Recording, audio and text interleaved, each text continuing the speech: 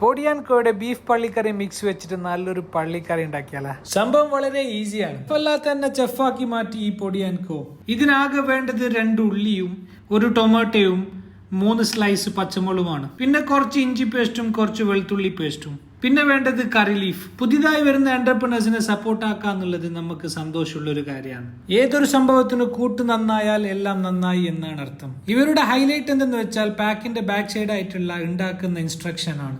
ഏതൊരു ബാച്ചിലേഴ്സിനും ഈസി ആയിട്ട് ഉണ്ടാക്കാവുന്നതാണ്. ഇത് എക്സാക്ട്ലി 1 കിലോ ബീഫ് ഉണ്ട്. 1 കിലോ ബീഫിന്റെ ഉണ്ടാക്കുന്ന വിധമാണ് അവരുടെ പാക്കിന്റെ ബാക്ക് സൈഡ് ആയിട്ട് ഇൻസ്ട്രക്ഷൻ കൊടുത്തിട്ടുള്ളത്. ഇതിലേക്ക് നമ്മൾ തയ്യാറാക്കി വെച്ച ഉള്ളിയും ടൊമാറ്റോയും അതുപോലെ കറി ലീഫും 3 ടേബിൾ സ്പൂൺ വെളിച്ചെണ്ണയും അതിലേക്ക് ഒഴിക്കുക. പിന്നെ കുറച്ച് ഇഞ്ചി പേസ്റ്റും കുറച്ച് ഗാർലിക് പേസ്റ്റും അതിലേക്ക് ഇടുക. പിന്നെ നമ്മൾ നേരത്തെ ചതച്ചു വെച്ച പച്ചമുളക് അതിലേക്ക് ഇടുക. പിന്നെ നിങ്ങൾക്ക് ആവശ്യമായ ഉപ്പ് അതിലേക്ക് ഇടുക.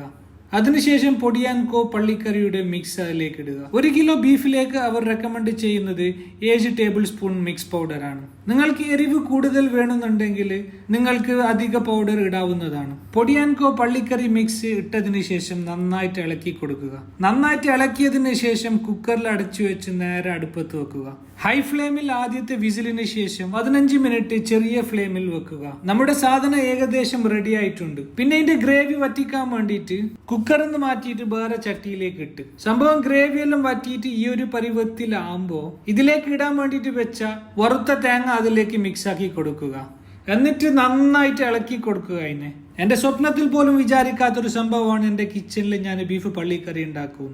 പൊടിയാൻകോയുടെ ബീഫ് പള്ളിക്കറി മിക്സ് അതിനെ എത്ര എളുപ്പമാക്കി തന്നു. സംഭവം ബീഫ് പള്ളിക്കറി തിന്നുന്ന വീഡിയോ ഞാൻ കുറെ ഇട്ടിട്ടുണ്ടെങ്കിലും ഇത് ഉണ്ടാക്കുന്നത് ആദ്യമായിട്ടാണ്. അപ്പൊ ഇത് ഉണ്ടാക്കിയിട്ടാകുമ്പോൾ ഇതിലേക്ക് പൊറോട്ട വേണോ, നെയ്ച്ചോറ് വേണോ, അല്ല പത്തല് വേണോ എന്നുള്ളൊരു ഡൗട്ടായി. രാത്രി ആയതുകൊണ്ട് പൊറോട്ട തന്നെ വാങ്ങി. സംഭവം ടേസ്റ്റ് ആക്കിയിട്ട് നോക്കുമ്പോ ഇതൊരു മിൽട്ടി മിനാമി സാധനം തന്നെ.